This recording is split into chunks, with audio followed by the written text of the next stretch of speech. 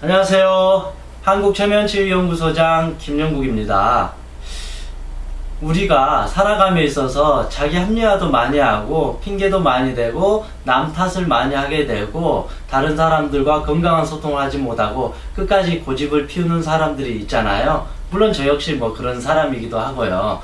왜 우리가 이런 심리를 갖고 있는지 한번 이 문제의 원인을 한번 찾아보고 어떻게 우리가 살아가야 될지에 대해서 한번 알아보도록 하겠습니다. 미국의 심리학자인 레온 페스팅거라는 사람이 있었습니다. 그가 우연하게 신문 기사를 봤는데 어떤 사이비 종교 교주가 수백 명, 수천 명의 신도들 앞에서 이렇게 말을 합니다. 여러분, 얼마 후에 제가 말씀드린 이 날짜에 홍수가 나서 지구는 멸망하게 될 것입니다. 그러니까 수많은 신도들은 어떻게 해요 교주님? 그러면서 이제 두려워하겠죠. 이제 그렇게 하다 보니까 이 두려워하면서 이 신도들은 그 교주를 믿었기 때문에 틀림없이 이제 종말이 올 거야. 이제 우리의 삶은 끝났어. 그러면서 가진 전 재산을 우린 필요가 없습니다. 교주님에게 다 갖다 주는 거죠. 그래서 그 수많은 신도들은 이제 지구의 종말을 기다리면서 매일 울면서 기다리고 있었던 거죠. 막상 이제 D-Day가 딱 됐어요. 모든 사람들, 모든 신도들은 이제 홍수가 나서 종말이 올 거라고 생각했는데 막상 그날 비도 안 오고 햇볕이 쨍쨍 비쳤다는 겁니다. 그때 교주가 이 말을 하는 거죠. 여러분들이 간절하게 기도하고 여러분들의 전 재산을 저에게 다 헌납했기 때문에 여러분들은 다시 살아날 수 있었습니다. 라고 하니까 수많은 신도들이 교주님 감사합니다. 제 모든 것을 다 갖다 바치겠습니다. 라고 이렇게 말을 했다라는 거죠. 뭐 여러분들이 잠깐 이 말을 들었을 때는 에이 그렇게 사람들이 바보일까? 나는 저렇게 멍청하게 저렇게 속아 넘어가지 않을 거야 라고 말하겠지만 실제 거기에 수천 명의 신도들도 다들 그럴 거라고 생각했겠죠. 왜 이런 현상이 생기느냐 그걸 한번 알아보도록 할게요. 사람이라는 거는 이제 자기가 믿음이 있고 신념이 있잖아요. 사람은 자기가 믿는 대로 되기를 바라고 자기의 신념대로 모든 것이 이루어지길 바래요. 그 사이비 신도도 교주를 믿었고 자기 자신의 신념을 믿은 거예요. 교주를 믿은 것도 있지만 내 선택이 옳았다. 내가 정답이다. 내가 이렇게 행동했던 거는 정답이다라고 생각을 했던 거죠. 자기 믿음에 대한 자기 생각, 신념에 대한 확신을 갖고 있었다라는 거죠. 그래서 그 신념대로 되기를 바래요. 그렇잖아요. 내가 믿는 대로 결과가 나오기를 바라는 거거든요. 그런데 실제 어떤 그 결과가 다르게 나오거나 나의 태도나 나의 행동이 이렇게 잘못 나올 수도 있잖아요. 나는 정말로 착한 사람이야 라고 했는데 실제 나의 행동이나 태도는 결과는 남을 두드려 패고 욕하고 나쁜 사람일 수도 있잖아요. 그럴 때 우리는 심리적으로 이제 우리의 인지, 생각하는 이 인지가 부조화를 이루어요. 나는 이렇게 될 거라고 생각했는데 결과가 이렇게 다르게 나오니까 마음이 어떻게 돼요? 불편해져요. 내가 생각했던 것과 달리 모순들이 일어나는 거죠. 이게 아닌가? 이게 아닌가? 이게 아닌가? 이게 아닌가? 계속 생각이 들다 보니까 마음이 불편하고 너무 싫은 거예요. 내가 믿었던 대로 안 되니까 너무 싫고 불편하고 짜증이 나요. 그래서 인지의 부조화를 느끼니까 기분이 안 좋다는 거죠. 불편하다라는 거죠. 그럴 때 인간은 어떻게 할까요? 불편한 채로 놔두고 싶을까요? 아니면 불편을 빨리 해소하고 싶을까요? 맞습니다. 인간은 결국은 대체적으로 그 불편함을 해소하고 싶어요. 그래서 자기의 어떤 이 신념과 이 결과를 일치시켜야 돼요. 그런데 이 결과나 행동이나 태도가 잘못됐다는 걸 인정해버리면 어떻게 돼요? 나의 믿음이나 신념이 다 깨져버려요. 내가 그동안 믿었던 저게 거짓이었다라는 걸 인정하는 게 너무 불편하니까 어떻게 해버리느냐? 자기의 믿음과 신념이 맞다. 그래서 자기 합리화를 해버리는 거죠. 우리가 이렇게 기도를 열심히 했기 때문에 지구의 종말이 일어나지 않았다라고 생각하는 게 훨씬 편해져 버린다라는 거죠. 그게 바로 레온 페스팅거가 말한 인지 부조화 이론입니다. 이해되시나요? 그러니까 쉽게 말하면 자기 합리화, 핑계를 대버린다라는 거죠. 지구의 종말이 왔다라는 것을 인정하는 게, 지구의 종말이 오지 않았다라는 것을 인정하는 게 불편해요. 그걸 하기 위해서 내 전 재산을 갖다 바쳤고 다 믿었고 진리라고 믿었는데 그거를 벗어난다는 게 너무 고통스럽고 불편하니까, 아, 우리가 기도를 열심히 했기 때문에 종말이 일어나지 않았어 라고 합리화를 해버리는 게 바로 인지 부조화 이론이라는 겁니다. 제가 좀 설명을 좀 이렇게 길게 했지만 우리 한국에서도 그런 예가 있었던 것 같아요. 얼마 전에 제가 방송 TV를 봤는데 어떤 그 종교의 어떤 그 목사님이 있었는데, 그 여러분도 보셨는지 모르겠어요.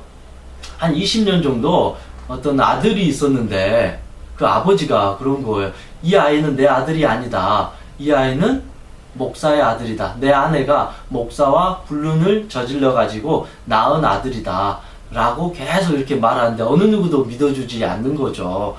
그렇게 이제 매일 그 교회 앞에 가서 피켓을 들면서 목사가 내 아내와 불륜을 저질렀다 해도 수많은 신도들이 실제로 믿어주지 않았대요. 왜냐하면 그 목사님의 그 어떤 믿음, 신념이 크기 때문에.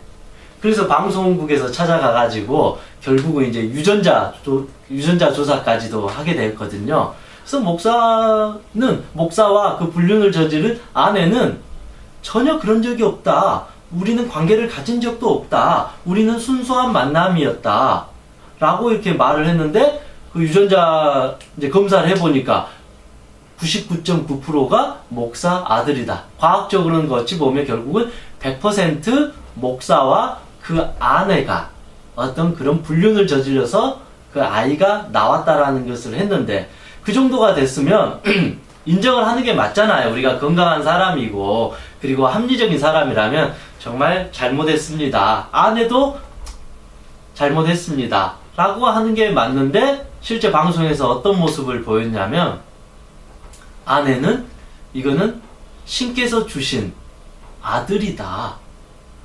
그 목사 또한 그렇게 말을 하는 거죠. 이거는 내가 불륜을 저지른 게 아니라 성령으로 잉태했다라는 그런 말을 했다라는 거죠. 그리고 또 수많은 신도들도 그 불륜 사실을 믿지 않고 이거는 신께서 주셨다라고 이렇게 오히려 그 남편을 매도하는 그런 장면들을 보면서, 아, 그 레온 페스팅거가 말한 그 사이비 종교와 그런 부분도 일치하지 않는가. 제가 말하는 거는 이 어떤 특정 종교가 사이비다, 절대 그런 게 아니라는 겁니다. 우리 어떤 삶에서 한 인간이 가지고 있는 인지 부조화를 잘못 느끼게 되면 자기가 나쁜 놈이 되기 싫다라는 거죠. 내가 불륜을 저지르는 그런, 나는 사실은 숭고한 성직자고 목사고 좋은 사람인데, 그게 나의 신념인데, 이 결과, 행동, 이 태도에 있어서는 내가 불륜을 저지른 목사, 거짓말하는 목사라는 것을 내가 인정하는 것은 마음이 너무 불편하다라는 거죠. 그러다 보니까 그거를 회피하기 위해서, 합리화하기 위해서 마치 신께서 아들을 줬다라는 그 상당히 비과학적이고 누가 들어도 말도 안 되는 소리를 하면서, 남들은 다 욕을 할지 몰라도 내 마음에서는 난 떳떳합니다. 난 잘못한 거 없습니다. 내가 무슨 잘못을 했다고 저에게 그러시나요? 저는 오로지 기도만 했을 뿐입니다. 라고 자기 합리화를 하는 게 이 사람 입장에서 기분이 편하다라는 거죠. 이해되시죠? 정말 죽을 죄를 졌습니다. 그럴 마음이 아니었는데 어느 순간 보다 보니까 저도 그 일로 인해서 평생 죄의식을 가졌고 너무 괴로웠습니다. 제 가진 모든 직책이나 직함 다 내려놓고 사죄하는 마음으로 살겠습니다. 정말 잘못했습니다. 진심으로 이렇게 자신을 참회하고 회개하고 반성하는 게 너무 싫죠. 왜냐하면 그러면 자기의 모든 것이 무너지니까. 그래서 그거를 인정하기 싫기 때문에 자기 합리화를 통해서 내가 그런 게 아닙니다. 신께서 주신 겁니다. 여러분들이 정말 여러분들 그걸 몰라서 그럽니다.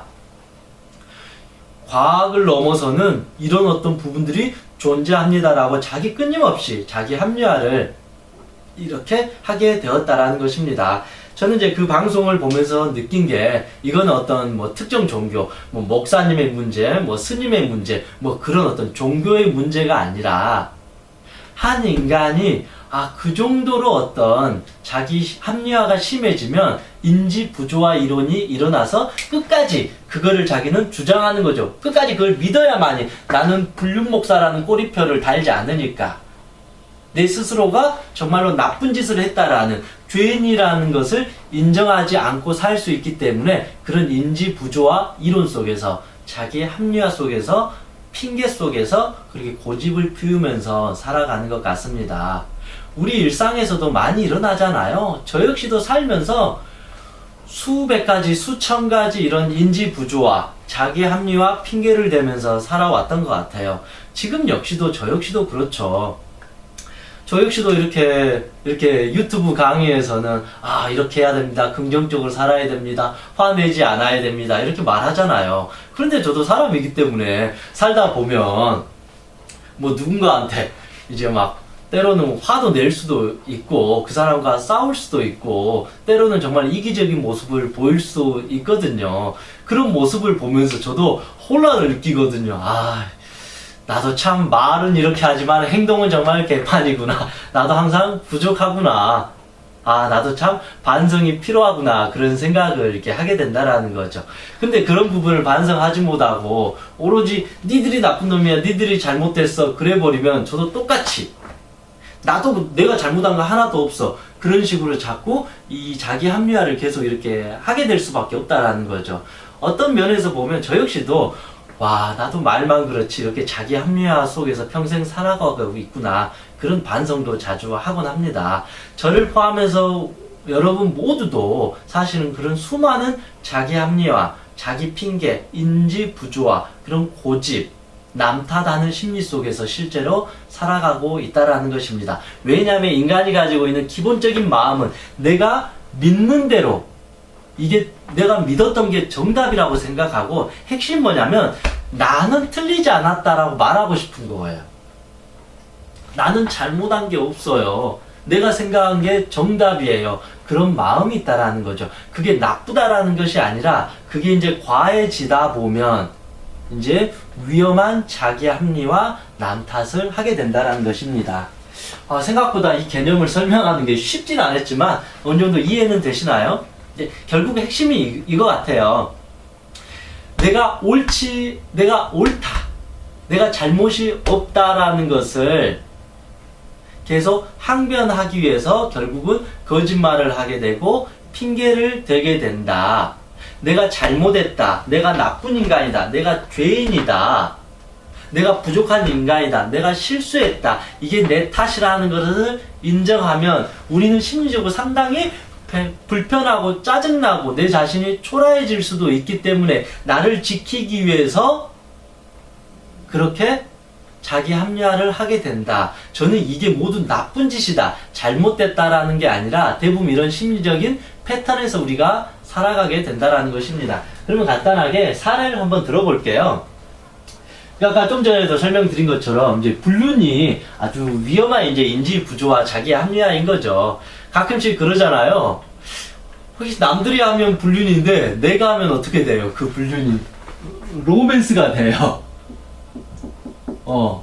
이게 아주 재미있는 인지 부조화죠. 자기의 합리화인 거죠. 남들이 불륜을 저지를 땐 저 나쁜 놈, 쓰레기라고 이렇게 욕할 수 있는데, 내가 막상 누군가를 이렇게 사랑하게 되고 남의 아내나 남의 남편과 불륜을 저지르게 될 때는 이거는 불륜이 아니라 우리는 이게 사랑했다라고 말을 해버린다라는 거죠. 왜냐하면 내가 불륜을 저질렀다 그래버리면 나는 정말로 쓰레기 같은 아버지가 되고 남편이 되고 아내가 되고, 정말로 내 도덕적인 관점에서 봤을 때는 나는 정말로 나쁜 인간이 돼버리니까, 그걸 인정하기 싫으니까, 이건 불륜이라는 생각보다는 정말 사랑해서 우리는 만났다, 아니면 저 사람은 정말 나의 영혼의 친구이다, 좋은 친구이다, 파트너이다, 동료이다, 이런 식으로 자기 합리화를 해버린다라는 거죠. 그래야만이 자기 스스로의 죄의식도 사라지고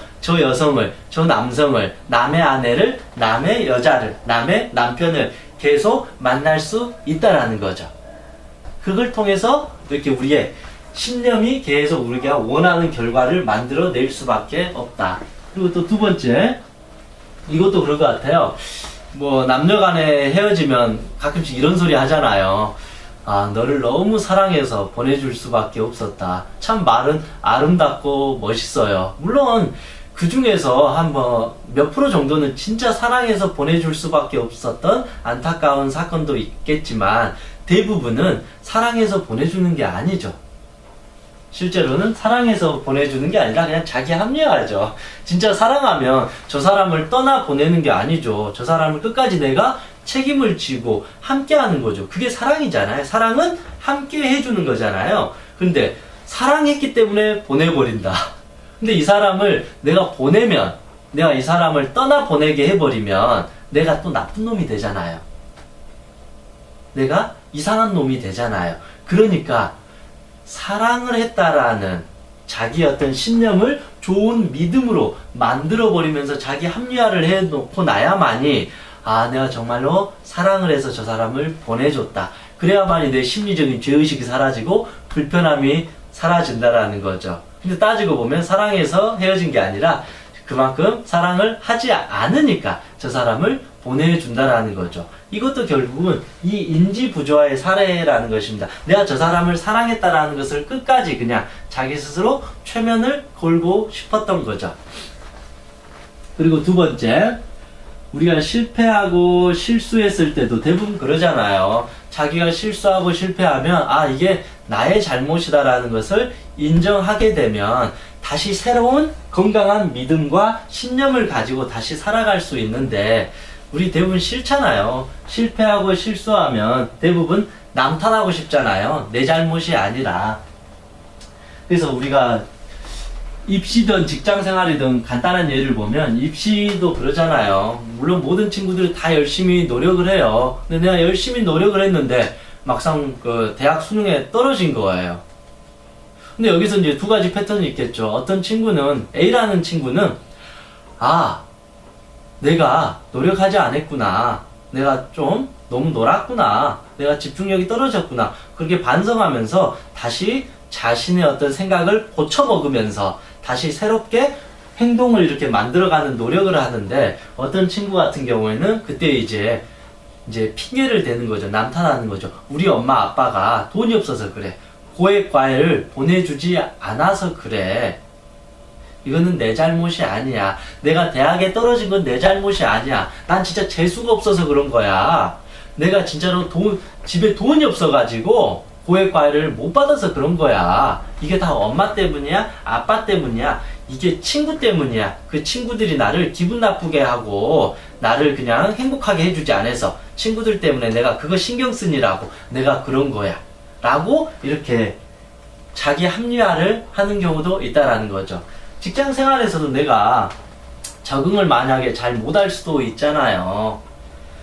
물론 이제 적응을 잘하면 좋은데 조금 직장 생활에서 성격이 소심하고 그래가지고 적응을 잘 못할 수도 있어요. 그러다 보면 아무래도 왕따는 아니겠지만 그 조직에서 큰 상처를 받게 되고 어느 순간 이제 퇴사를 결심하게 된 사람들이 많이 있잖아요. 이제 가끔씩 이제 이런 경우들이 있는 것 같아요. 나오면서 이런 말을 하는 거죠. 와, 우리 회사에 있는 저 사람들은 다 나쁜 인간들이야. 배려하는 게 없어. 그래서 내가 이 회사를 나올 수밖에 없었어 라고 말을 하면서 나온다라는 거죠. 물론 정말로 진짜 안 좋은 인간들이 많이 있어서 내가 회사를 나오게 되는 경우도 많이 있겠지만 그렇다고 해서 이 모든 사람이 다 나쁜 사람이야. 불편한 사람이야. 그래서 나는 문제가 없어. 내가 회사를 나올 수밖에 없었던 거야. 라고 자기를 합리화하고 자기 체면을 건다라는 거죠. 왜냐하면 아, 내가 인간관계가 참 부족한 사람이구나. 내가 성격이 너무 소심하구나. 내가 너무 예민하구나. 내 마음, 내 속이 너무 좁구나. 아, 내가 사람들과 소통하는 이런 능력이 많이 부족하구나를 인정하게 돼버리면 안 그래도 회사 생활 적응 못해서 화가 나 죽겠는데 이것조차도 인정해버리고 퇴사까지 해버리면 내 마음이 다 무너질 것 같으니까 그 불편하잖아요, 심리적으로. 그게 어떻게 해야 돼요? 그 불편함을 해소하기 위해서는 어떻게 자기 합리화를 해야 될까요? 내 잘못이 아니라는. 아이고 정말 이 쓰레기 같은 이 악덕 사장 때문에 내가 나올 수밖에 없었어라고 말하는 것이 훨씬 더 심리적으로 편하다라는 거죠. 그렇게 쉽게 어떤 자기 합리화가 되어 간다는 것입니다. 그리고 세 번째, 망상장애나 이런 집착도 다 그렇다라는 거죠. 가끔씩 이제 아내가 남편의 어떤 그 바람 피는 것에 대해서 집착하고 의심하고 그런 경우도 있잖아요. 실제 남편이 바람 피지도 않았는데, 어떤 여자랑 만났어? 당신 지금 뭐 옷에서 어떤 냄새가 나는데 지금 여자 만나는 거 아니야? 내가 지금 딱 느낌이 와. 정확해. 물론 이제 실제 팩트를 가지고 뭐 그렇게 남편의 어떤 불륜을 말했다는 건 사실이겠지만, 실제 어떤 팩트도 없으면서 그렇게 집착하는 것도 이제 그렇다라는 거죠. 이 여성은 어찌됐든 이 아내는 남편을 일단 의심하는 거죠. 남편이 어떤 잘못을 크게 한 것도 아니었는데도 자기 스스로가 왠지 두렵고 무서우니까 남편에 대한 집착이 원래 있다 보니까 의심을 하는 거예요. 이 의심을 했던 그 아내한테는 이게 뭐냐면 신념이에요. 그렇죠? 남편이 틀림없이 바람을 폈을 거라는 신념이 있고 이 믿음이 있어요. 그래서 이거를 끝까지 진리처럼 갖고 싶잖아요. 그래서 보이지도 않는데 남편이 바람 폈다라고 이제 계속 상상을 하면서 믿어버리고 자기 합리화를 해버린다라는 거죠. 100% 남편이 바람을 폈다라고 이렇게 해버리니까 어느 순간은 이제 남편이 그냥 길거리에 그냥 동네 아줌마랑 인사만 해도 저거 바람 폈어, 저 여자랑 바람 폈어, 이런 식으로 나중에 망상장애가 생겨버릴 수도 있다라는 거죠. 핵심은 내가 믿는 대로 된다라는 거죠. 물론 맞아요. 우리의 인간의 그 믿음이라는 게 정말로 긍정적이고 지혜롭고 건강한 쪽으로 가버리면 엄청나게 아름다워지는데, 그 믿음이라는 것이 잘못 형성돼 버리면, A라는 아내는 남편을 그냥 있는 그대로 사랑해주고 존중해주고 믿어주는 그 믿음이 형성되면 이렇게 좋은 방향으로 가는데, 이 B라는 아내는 남자는 다 믿을 수가 없어. 남자는 결국은 다 바람피어. 내가 예전에도 그렇게 많이 당해봤어. 믿을 수가 없어. 모든 남자는 다 바람을 펴. 이런 식으로 이 믿음이 잘못 형성돼 버리면 조금만 먼지와 같은 어떤 단서만 와도 바람핀 거야 라고 끝까지 믿고 싶다라는 거죠. 그게 바로 이제 자기 합리화가 되어버리면서 망상장애가 생겨버린다라는 것입니다. 그래서 아주 위험해질 수밖에 없습니다. 뭐 여성들의 다이어트도 이런 거죠. 우리가 다이어트를 많이 이제 하고 그러던데 음식 정말 먹고 싶잖아요. 근데 음식을 이제 할 수 없이 먹을 수밖에 없어요. 너무 먹고 싶으니까. 그러면서 이 말을 할지도 모르죠. 왠지 음식을 먹으면 나의 신념은 다이어트를 해야 돼. 그래서 나는 몸매가 아름다워져야 돼라는 신념이 있는데, 그 신념에 반하는 게 뭐예요? 바로 음식을 먹는 거예요. 근데 음식을 나는 먹어야 돼요. 저 음식을 너무 좋아하니까. 그래서 어떤 말을 할까요? 저 음식은 칼로리가 낮아서 아무리 먹어도 살찌지 않아야 라고 자기 합리화를 한다는 거죠. 그렇게 해야만이 이 다이어트를 해서 살을 빼야 되겠다는 나의 신념이 여전히 유지가 돼요. 근데 이거를 계속 믿지 않고 내가 또 음식을 먹었어 이래버리면 나는 내가 원했던 다이어트라는 신념이 깨져버리니까 이거는 아무리 먹어도 살찌지 않아야 라고 자기 합리화, 핑계를 대버리면서 음식을 먹게 된다라는 것입니다. 그리고 이제 다섯 번째, 자녀 교육도 다 이런 거죠. 모든 부모가 자식을 사랑하는 것은 사실이지만 가끔씩 엄마 아빠들이 그런 거잖아요. 이게 다 너를 위한 거야. 막 아이를 때리고 막 욕하고 저녁마다 잔소리하면서 빨리 학원 가. 막 10시, 11시까지 학원에서 공부하게 만들고 매일 확인하고 감시하면서 어떤 말을 해요? 이게 다 너를 위한 거야. 엄마가, 아빠가 다 너를 사랑해서 그런 거야 라고 말을 한다라는 거죠. 자신이 자식에게 얼마나 잘못된 행동을 한지에 대해서 인정하고 싶을까요? 안 할까요? 자기가 인간 누구나 그렇잖아요. 내가 아이에게 욕하고 때리고 신경질 내고 집착하고 아이를 힘들게 하는 거에 대해서 우리 마음이 심각하게 또 불편해지잖아요. 죄의식이 느끼잖아요. 그런데 그 행동을 멈출 수 있나요? 없나요? 그 행동을 못 멈추는 거예요. 자기도. 그러다 보니까 어떤 말을 해야 될까요? 내가 최선을 다했다라는 말을 함으로써 내가 여전히 나쁜 엄마가 아니고 너를 여전히 사랑하는 그런 엄마라고 말하고 싶다라는 거죠. 그래서 다 이게 너를 위한 거야 라고 표현을 해버리게 된다라는 거죠. 근데 자식 입장에서는 그게 아니겠죠. 더 고통을 받고 그러겠죠. 그래서 부모 입장에서도 내가 자식을 사랑한다라는 것을 끝까지 그 신념을 유지하고 싶다라는 거죠. 그래서 결국은 자신의 잘못을 인정하고 아이에게 잘못했다 그러고 참회하고 반성하는 게 아니라 이게 다 너를 위한 거야 라고 인지 부조화 속에서 자기 합리화를 해버리니까 자식은 이제 병이 들어버리게 된다라는 거죠. 그렇게 따지고 보면 이렇게 하는 것도 사실은 부모가 자식에게 있어서 사이비 교주와 같은 역할을 또 할 수밖에 없는 심리적인 패턴이 있는 것 같습니다. 그리고 여섯 번째, 도둑질도 이런 자기 합리화, 인지 부조화 속에서 빠져 있습니다. 생각해보세요. 내가 도둑질을 하는 도둑놈이에요. 그런데 도둑질 할 때마다 나는 이 사회의 악의 축이야. 난 쓰레기야. 나는 진짜 나쁜 놈이야. 나는 정말로 이제는 감옥에 가야 돼. 난 다른 사람들에게 피해를 주는 진짜 나쁜 인간이야 라고 말하면서 도둑질을 할까요? 만약에 그렇게 자기가 어떤 잘못을 한지 알면 도둑질 못하겠죠. 근데 대부분 도둑질 한 사람들 그렇죠. 뭐 다 그런 건 아니겠지만 저 사람도 나쁜 놈이니까 저 사람은 돈이 너무너무 많으니까 내가 저 돈 좀 훔쳐도 뭐라 하지 않을 거야. 저 사람이 나한테 나쁜 짓 했으니까 나도 저 사람을 똑같이 복수하고 저 사람의 물건을 훔치고 사기치는 게 그렇게 나쁜 짓은 아니야. 저 사람도 잘못을 했는데. 그리고 저렇게 돈 많은 사람들 내가 돈을 가져와야지 이 사회에 내가 다시 또 건강하게 같이 돈을 풀 수 있는 거야. 저 사람도 나쁜 짓을 해서 돈을 벌었기 때문에 저 돈은 내가 가져와도 아무런 죄의식이 없어. 그게 바로 이제 심리적인 인지 부조화를 만들면서 그래야만 이 도둑놈이 도둑질을 계속 하게 된다라는 거죠. 참 재미있는 심리 아닌가요? 뻔히 누가 봐도 이성적으로 봐도 이게 잘못된 건지 알면서도 자기 자신을 지키기 위해서 그런 행동을 할 수밖에 없었던 거. 가끔씩 정치인들 요즘에 TV에서 나오면 청문회에서 나오잖아요. 누가 봐도 이 증거가 있고 그래서 당신 이런 증거가 있는데 어떻게 생각하십니까? 그러면 대부분 이렇게 말하잖아요.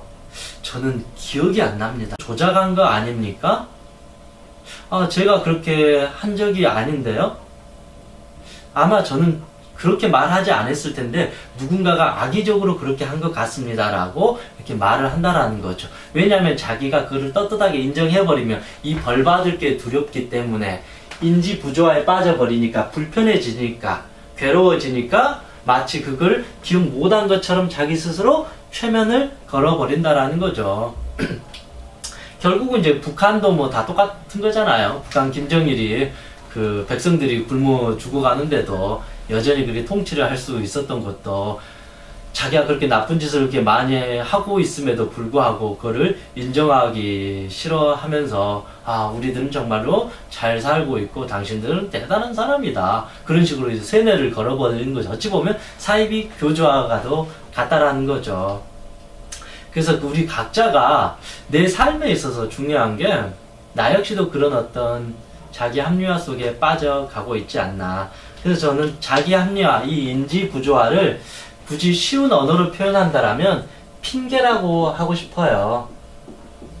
그리고 이걸 또 다른 걸로 어찌 보면 이제 고집이거든요. 귀를 열고 있는 그대로 들어야 되고 눈을 뜨고 있는 그대로의 사실을 보게 되면 내가 무엇을 잘못했는지, 내가 뭘 어떻게 실수했는지, 내가 어떻게 하면 될지에 대해서 우리가 보일 수 있는데 자꾸 귀를 닫아버리고 눈을 닫으면서 자기가 생각하고 있었던 그 잘못된 부정적인 신념, 왜곡된 사고, 잘못된 판단, 무조건 내 생각은 다 옳다라는 그 잘못된 생각에 빠져 있어 버리니까 더 이상 소통이 되지 않으면서 자기 자신의 마음의 문이 닫혀버리고 귀가 닫히게 되고 앞이 보이지 않는 삶을 살게 된다. 그게 자기 합리화라는 게 당장은 나를 보호하는 것 같잖아요. 그렇잖아요. 당장은 내가 거짓말하고 내가 핑계를 대고 남 탓함으로써 그렇게 보호를 받는 것 같지만 결국은 보호를 받는 게 아니라 나는 어느 누구하고도 이제 소통이 되지 않는 그런 고집 덩어리가 돼버리고 외골수가 돼버리고 자칫 나중에는 나쁜 인간이 될 수 있다. 내가 이게 오로지 진리다 정답이라고 말을 하는데 저 사람이 저걸 안 들어줘요. 그러면 기분이 어떨까요? 화가 나겠죠. 미치겠죠.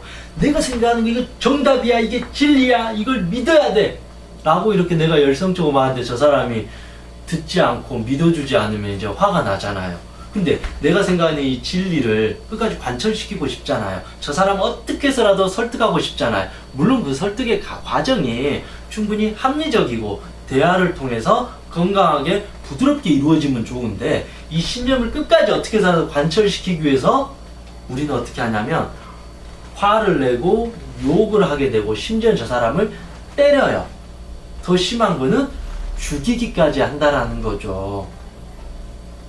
그래서 우리가 사이비에 잘못 빠져버리면 자기 전 재산을 다 날리게 되고 그 사람을 이제 믿지 않으면 이 교주 입장에서는 내 말이 정답인데 진리인데 네가 믿지 않았다 그러니까 그 사이비 교주가 저 사람을 음해해버리거나 죽여버리거나 어떤 피해를 주는 경우가 많이 있다라는 것입니다. 그래서 결국은 자기 합리화 속에 너무 많이 빠져버리면 자기의 삶이 파괴되고 내 주변 사람도 결국은 파괴하게 된다.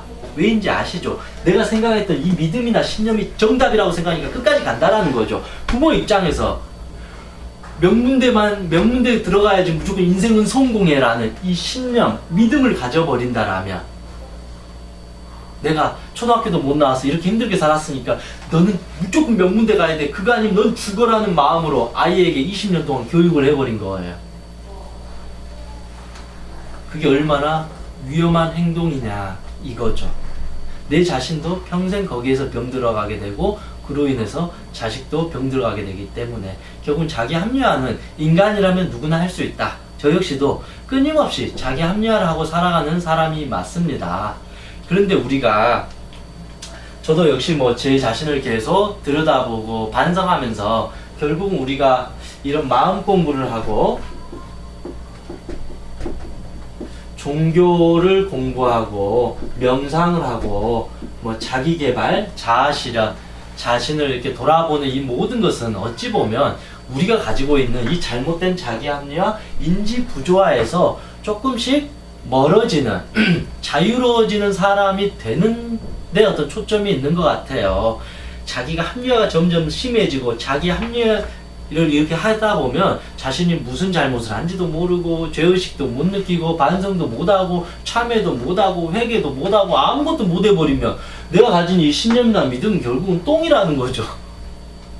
결국은 인간이 성장하고 발전해야 되는데 자기 합리화는 썩어있는 물과 같다라는 거죠. 그 썩어있는 물에서 나는 이게 정답이야, 내가 생각한 건 옳은 거야, 나만 이렇게 생각하면 뭐예요? 주변에 수많은 사람들이 인정을 안 해주고 이해를 못 해주고 소통을 못 해주고 이상하게 생각하게 된다라는 거죠. 그래서 우리가 하는 이 모든 어떤 심리적인 이 과정은 결국 인간은 누구나가 자기의 합리화를 할 수밖에 없다. 왜냐하면 자기를 먼저 보호를 해야 되기 때문에 이런 심리적인 불편으로부터 인정하고 수용하는 게 너무 싫으니까 자기 합리화를 하는 거는 인간이기 때문에 누구나가 하게 되는데 그렇게 하게 되면 내가 먼저 병들게 되고 그로 인해서 내 주변 사람도 같이 병들게 된다. 왜냐하면 내 신념을 끝까지 관철시키기 위해서 20년 동안 아이를 매일 볼모로 공부시켜야 돼요. 화내고 욕하고 때리게 되고 그러면 이 아이의 삶도 파괴가 되고 내 삶도 파괴가 될 수밖에 없다. 그래서 내가 어떠한 잘못된 자기 신념, 자기 합리화 속에서 빠져 있는지 한번 생각해 볼 필요가 있습니다. 어찌 보면 우리가 심리적인 우울증, 불안증, 강박증, 대인공포 이런 모든 문제도 결국은 이런 어떤 인지 부조화 속에서 갇혀 있었기 때문에 병이 들어버리게 된다라는 거죠. 결국 우울증 걸린 사람들의 가장 기본적인 패턴은 뭐냐면 남 탓을 해요. 엄마 때문이야, 아빠 때문이야. 물론 엄마, 아빠 때문에 내가 고통받은 건 사실인데 자꾸 모든 것을 엄마 때문이야, 아빠 때문이야, 내 잘못은 하나도 없어 라고 해버리면 내가 할 수 있는 게 없잖아요. 그래서 남 탓을 하게 되면 내가 삶의 노예가 되고 내 탓을 하게 되면 주인이 된다라는 거죠. 이것이 바로 자기 합리화하고 인지 부조화, 핑계, 어떤 고집에 빠져 있다라는 거죠. 그러니까 계속 우울한 게 당연한 거예요. 내가 우울한 건 당연시 여겨버린다라는 거죠. 내 잘못은 없다. 엄마 아빠 때문에 내가 우울한 거니까 내가 뭐 할 수가 없습니다 라고 하면서 자기 삶이 망가지게 된다. 불안증, 발표불안, 공황장애 이 모든 것도 여러분 각자가 가지고 있는 잘못된 자기 합리화에 빠져 있기 때문에 오히려 그렇게 된다라는 것입니다. 그래서 한 번 정도 이 주제가 단순한 것 같지만 한 개인의 심리를 이해함에 있어서 정말로 도움이 될 것이고 내 주변 사람들을 보는 데도 도움이 될 것이고 이 사회, 이 국가, 이 세계가 왜 그렇게 뻔히 눈에 보이는데도 이게 잘못된 건지 알면서도 그럴 수밖에 없었던 게 충분히 이제 이해는 되실 거라고 생각합니다. 그래서 내 자신부터가 그런 자기 합리화에서 벗어나는 연습이 자아 실현의 단계이고 뭐 국가든 한 나라도 결국은 이 자기 합리화에서 벗어나는 게 결국은 서로 화합하고 소통하고 국민들을 행복하게 해주는 거라고 생각합니다. 요즘 우리나라도 요즘에 시국이 참 안 좋잖아요. 결국은 제 오늘 강의를 한번 잘 들어보신 분들은 왜 수많은 그 사람들이 위에 있는 분들이 그렇게 자기 합리화를 하면서 엉뚱한 쪽에 빠져가고 있는지 이해가 좀 이제 되시겠죠. 내가 생각했던, 내가 10년, 20년, 30년, 40년 생각했던 이 믿음이 정답이라는 것을 끝까지 갖고 가고 싶기 때문에 정말로 진실된 참회와 반성을 못한다라는 거죠. 그래서 끝까지 같이 싸우자라는 그런 심리가 형성이 되어 가고 있는 것 같습니다. 그래서 정말 지혜롭고 건강하고 우리가 생각한 정말로 멋있는 사람, 그런 성인들은 이런 자기 합리화를 하지 않고 자신을 반성하고 들여다볼 수 있고 그런 사람을 우리는 멋있는 사람으로 생각하는 것 같습니다. 그래서 내 자신도 자기 합리화에서 좀 더 벗어날 수 있는 그런 생각을 해보는 시간이 되었으면 좋겠습니다. 이상 행복체면사 혁명이었습니다. 고맙습니다.